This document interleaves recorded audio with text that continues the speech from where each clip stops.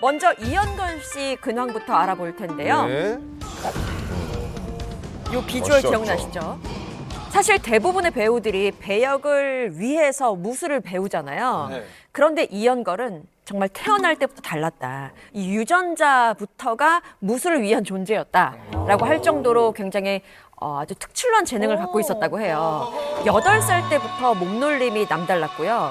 그래서 코치가 잽싸게 캐치를 해서 하루에 8시간 동안 운동을 시켰다고 합니다. 8시간? 야, 그건 좀 못됐다. 그 결과 11살 때는 39도의 고열에 시달렸음에도 불구하고 전국 소년 무술대회에 나가서 3관왕을 차지했다고 하고요. 재능이 있었네. 그래서 8시간 동안 타고나요. 부모님이 제가 봤을 때 밀어준 것 같아요. 또 학창시절 동안에는 전국체전에 나가서 5개의 금메달을 딸 정도로 이미 어린 시절부터 재패를 한 그런 무술 실력이었다고 합니다. 형님이 다르네요. 그러니까 처음에는 옛날에 운동선수이셨네요. 네, 그렇죠. 그런데 이때 네. 운명을 바꿔줄 한 사람을 만나게 되는데요. 누굽니까? 바로 영화 소림사의 감독입니다. 그렇게 주인공을 찾던 중에 이연걸의 어떤 몸놀림에 반해서 캐스팅을 하게 됐다고 하는데요. 이 영화를 통해서 당시에 영화 티켓값이 0.1 위안이었다고 해요. 네. 0.1 위안이었는데 이 영화로 1억 위안을 벌어들이면서 대박. 그럼 도대체 몇 명이 본 거야? 도대체 몇 명이 대단하다. 본 거야? 이소룡에 이어서 두 번째로 글로벌 탑 무림 고수로 등극을 하게 됩니다. 그럼 설마 다음에 찍은 영화 혹시 바로 황비용? 바로 다음은 아니라 그 안에서도 약간 좀 부침이 있긴 있었는데 91년도에 네. 황비홍이라는 그 시리즈 네네네.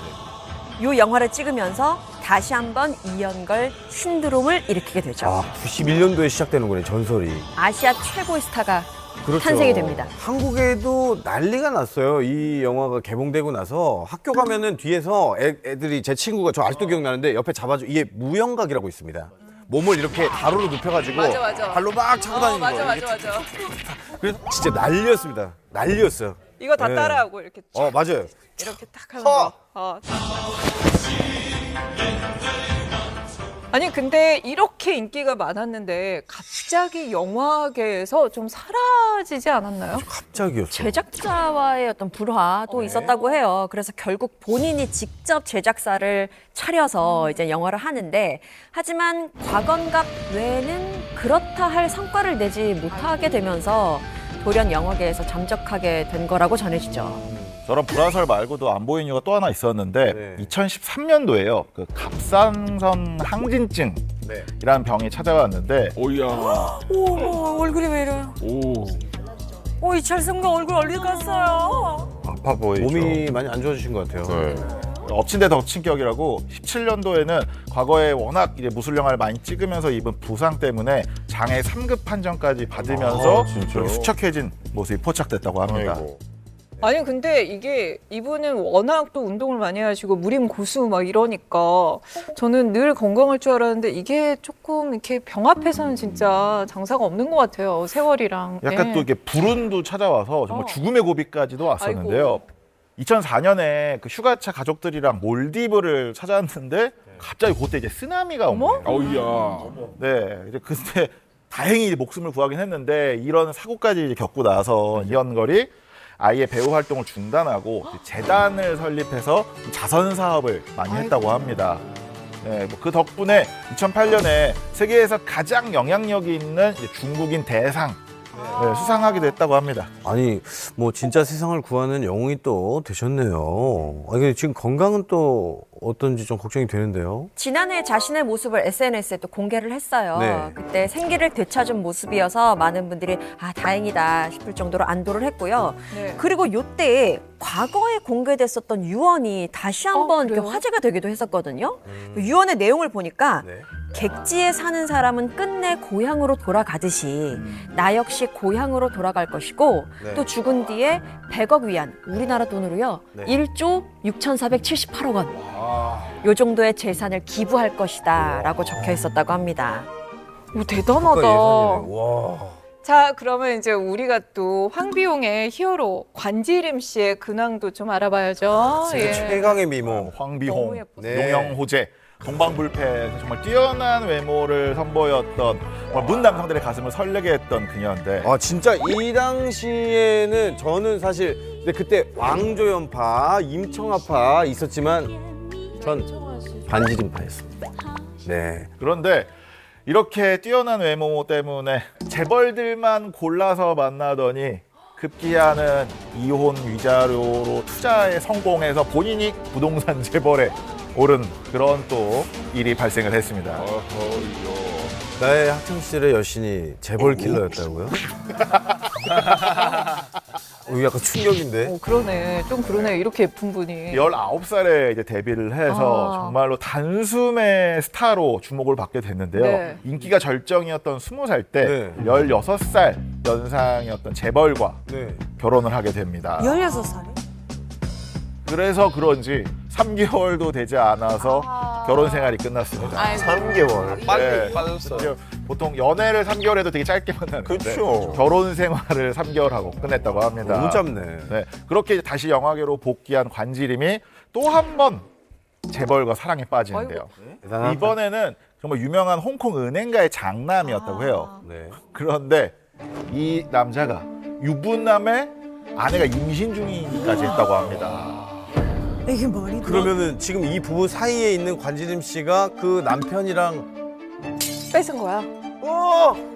그런데 이게 눈에 뵈는 게 없었던 관지림은 매일같이 그 아내한테 전화를 걸어서 악담을 퍼붓게 되고요. 결국에 그 아내분이 유산까지 했다고 합니다. 최악이다. 아 좀 약간 완전 비호감인데. 실망스럽다. 네. 그렇죠. 같은 여자가 봐도 너무 화가 나네요. 그러니까. 아이고 진짜 너무 싫죠. 이게 대중들도 결국에는 관지림한테 등을 돌렸는데 다시 그녀한테 주목을 하게 된 작품이 바로 황비홍인 겁니다. 이거 알죠? 여기 이 역할이 진짜 지고지순 그다음에 남편을 위해서 헌신하는 아내, 좋아하고. 가정적인 아내. 와 근데 영화 뒤에서는 불륜녀였어요. 진짜 좋은 배우네요. 연기 참 잘하네. 인정. 그건 인정해야 될 거. 진정한 연기자. 네. 2007년에는요 이번에는 이제 타이완의 야. 10대 부호 중에 한 명과 또 사랑에 빠지게 되는데 이때는 뭐 사실상 사실혼 관계라고 하죠. 네. 사실혼 관계라서 얼마 가지 않아서 뭐 이혼, 이별하는 결말을 또 맞이하게 됩니다. 아니 근데 이혼을 2번이나 했으면 좀 관지림도 상처가 좀 마음에 상처가 있을 것 같아요. 그렇지 있을까요? 않아요? 네. 그렇죠. 정말 근데 그 상처가 있을 텐데 네. 그 상처를 치료해 준 게 네. 금융 치료라 그러죠. 그걸 금융 치료를 했다고. 네, 이혼 위자료가 그녀의 상처를 치료를 해줍니다. 2번의 이혼으로 받게 된 위자료를 부동산에 투자하는데요. 네. 그래서 리펄스베이, 리플스베이. 네, 이제 홍콩의 천수만 등등의 저택을 매입을 했는데 지금까지 부동산에만 약 500억 와우. 원을 투자해서 시세 차익을 400억 정도 얻었다고 합니다. 아유 축하드립니다. 투자 잘했네. 네. 아 정말 이름 그대로 지림이네요. 정말 그런데 부러워야 할 게 한 가지 더 있으십니다. 뭐라고요? 네. 그 헐리우드에서는 머라이어 캐리가 있다면 홍콩에는 관지림이 있다고 하는데 와. 머라이어 캐리가 옷방이 4개 정도 있다고 하죠. 그렇죠. 관지림도 드레스룸에, 가방룸에 옷장만 10개가 있다고 합니다. 옷장이 10개요? 아이 하나도 안 부러워요. 한 개도 부럽지가 않아. 네. 지금 영상으로 보실 집이 약 218억 원 정도라고 합니다. 야.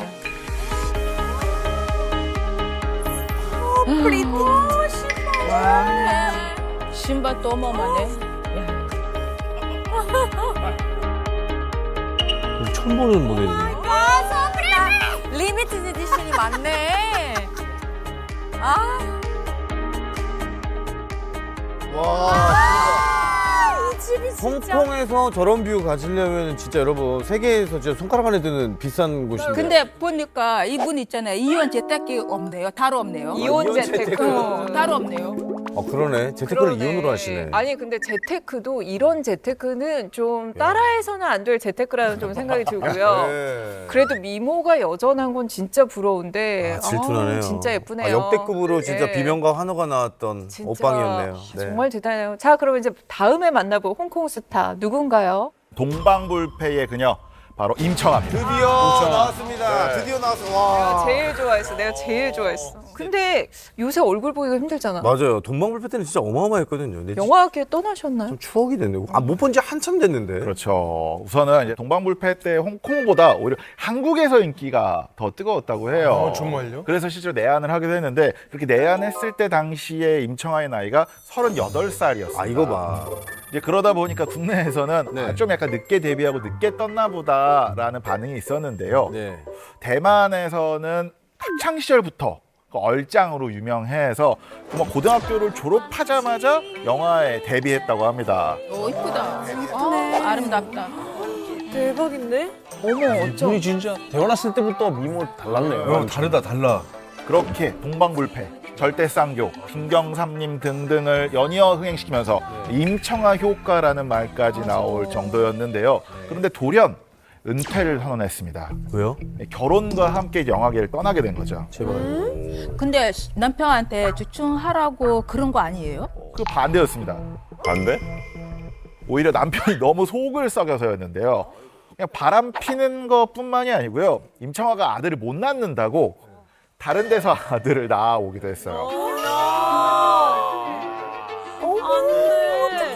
근데 남편이 다른 데서 아이 낳고 막 바람 폈다고 미안하다고 1,800억 상당의 집을 선물했다고 합니다. 아, 그래도 이거는 뭐 돈의 문제가 아니지. 근데 어차피 같은 주머니에 나와서 샀을 거 아니에요. 부부니까 뭐 그게 무슨 상관이야. 예. 그런데 하필이면 또 얼마 전에 이 선물 네. 받은 집이 또 화제가 나서 뉴스에 보도되기도 했다고 해요. 아이고 네. 어떡해요. 어머, 진짜 엄청 불길이 저런 정도 연기가 치솟은 거 보면은 좀 화제가 세게 났네요. 아니 근데 겉으로 보기에는 미모도 그렇고 재력도 다 가진 것 같았는데 우리가 좀 모르는 아픈 사연이 있었네요. 네, 그래서 그런지 우울증을 겪기도 했었고요. 아이고. 그러던 이제 2011년에는 작가로 변신을 해서 지금까지 총 4권의 책을 발간했다고 합니다. 다행이네. 처음에는 뭐 이렇게 어린 나이에 데뷔하고 자기 자신에 대한 자서전 같은 책을 쓰다가 지금은 이제 어엿한 소설가로 자리를 잡았다고 합니다. 다행이다. 글로벌 쇼킹 원픽. 그래도 뭐 홍콩 스타들의 반전 근황을 우리가 알아보기는 했지만 오랜만에 이렇게 또 반가운 얼굴들을 보니까 추억도 되살아나고 굉장히 좋은 것 같습니다. 그렇습니다.